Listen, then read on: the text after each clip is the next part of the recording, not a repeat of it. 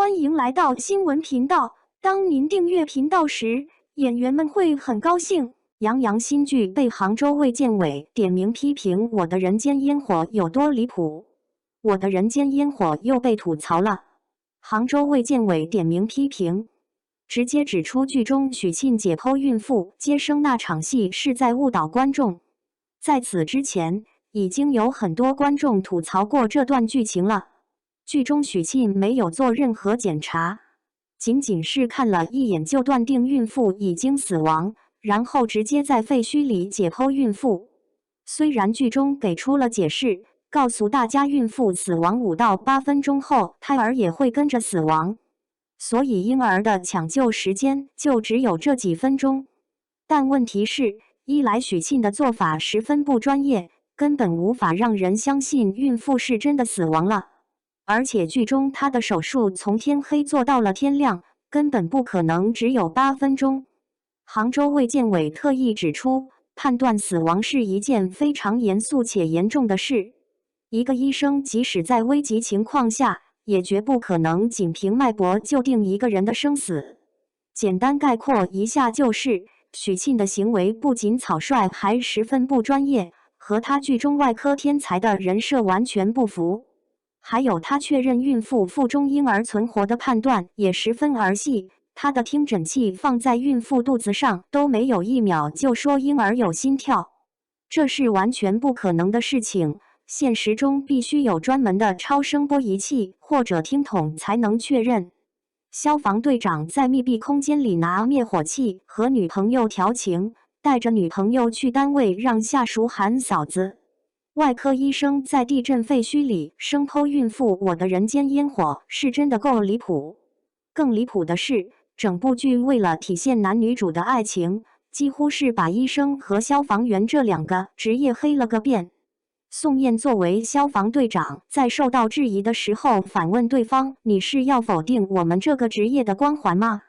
许沁作为医生，在有抑郁症的情况下还要越权进行手术，并且迷之自信，被领导说他拿患者当实验室里的兔子时，还理直气壮。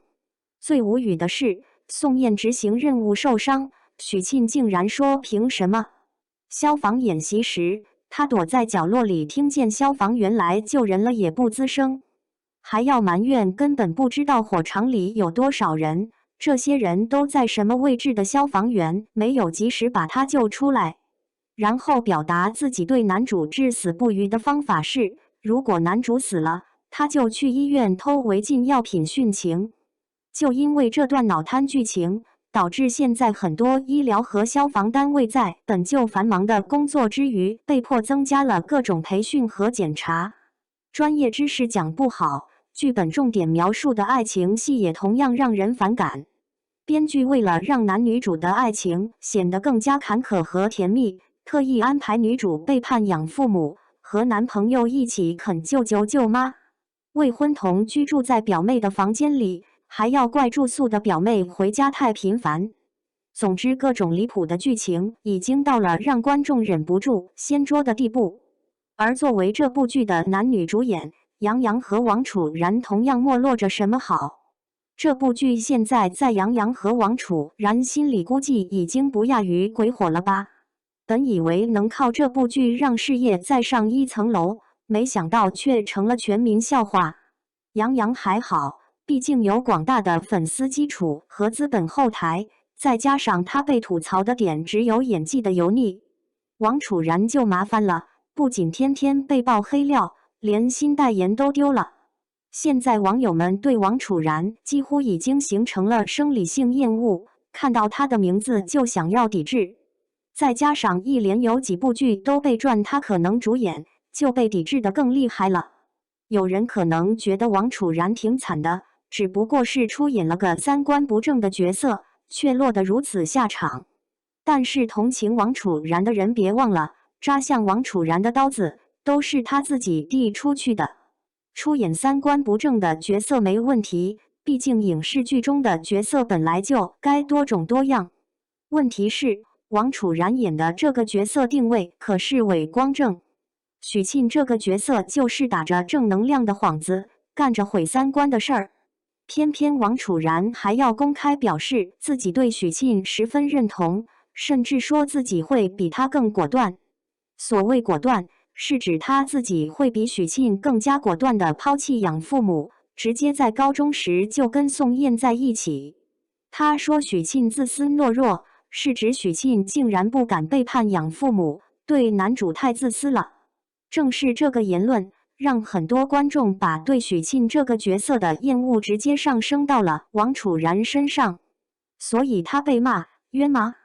一点儿都不冤。即使是现在成了过街老鼠的大 S， 当年演《流星花园》的时候还会觉得杉菜很馋吗？王楚然竟然会对许沁做出这样的评价，无疑是在挑战观众的道德底线。养父母锦衣玉食地把他养大，教他为人处事，让他专心求学，不用为任何柴米油盐分心，可以自由追求理想。结果他觉得压抑，他抛弃养父母，在未婚的情况住到男主舅舅家里，在舅舅舅妈眼皮子底下肆意和男主打情骂俏，甚至在只有一个卫生间的情况下，穿着夏衣消失的服装，大摇大摆在屋里晃。自由是自由了，但做人的基本素质也丢得差不多了。更好笑的是，在孟家的时候他有保姆伺候，到了男主舅舅家，他继续拿舅妈当免费保姆。他说孟家只会让他压抑，还因此得了抑郁症。然而事实是孟母所谓的控制欲，仅仅体现在让他吃饭时不要把筷子在菜里来回翻等这种基本礼仪而已。他有自己的独立住宅，可以因为上班1个多月不回家，下班后也不用跟孟母报备。甚至于他把男朋友带回家同居了，孟母都不知道。试问哪个有控制欲的母亲会对女儿管控得如此宽松？许沁所追求的自由，压根就不是自由，而是自甘堕落而已。除了在做人方面被观众诟病之外，许沁在职场上的做法也是让观众大呼离谱的程度。作为医生，藐视领导，不尊重同事就罢了，竟然还罔顾患者的安全非法行医。总之，许沁这个女主算是全方位的让人无语。在这种情况下，王楚然还要公开表示支持她，自然要挨骂。再加上王楚然的为人也经不起推敲，嘴塑人像女巫，逼人家删博。事情闹大了才出来澄清，结果又被素人锤聊天记录造假，还有被人吐槽爱翻人白眼、爱发脾气的爆料，连118宫格都摆不下了。只能说落到如此境地，真的是他自己做出来的。但凡他私下精巴一点，大家也不可能把对角色的厌恶上升到本人。至于那些非要同情208万，说什么角色不能上升演员的，也别现眼了。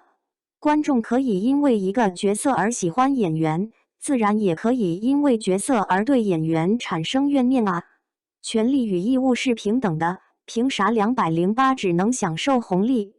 好笑的是，在口碑越来越差的时候，网上突然出现了不少夸王楚然和杨洋的言论。网友爆料都说王楚然脾气大，就有新爆料说他私下人很好。网上说杨洋店增高鞋店，就有化妆师站出来说我186，杨洋和我差不多。更有甚者还专门写了一篇小作文来夸许沁和宋燕这2个角色演出了新时代年轻人对职业和事业的守护。新时代的年轻人真的会觉得晦气。托我的人间烟火的福，长月烬明都从 low 排行榜第1降到第2了。估计此后很长一段时里，杨洋和王楚然要被网友们称作周扒皮和许白周了。除非未来他们能够靠演技逆袭，否则我的人间烟火会永远把他们钉在耻辱柱上。这也给其他无脑接戏的明星们提了个醒。观众们可不是20年前的傻白甜了，演员因为戏火了就是演员的功劳，演员因为戏挨骂了就是导演编剧的错，不害臊。对此，小伙伴们有什么看法呢？欢迎在下方评论区留言，和大家一起分享讨论吧。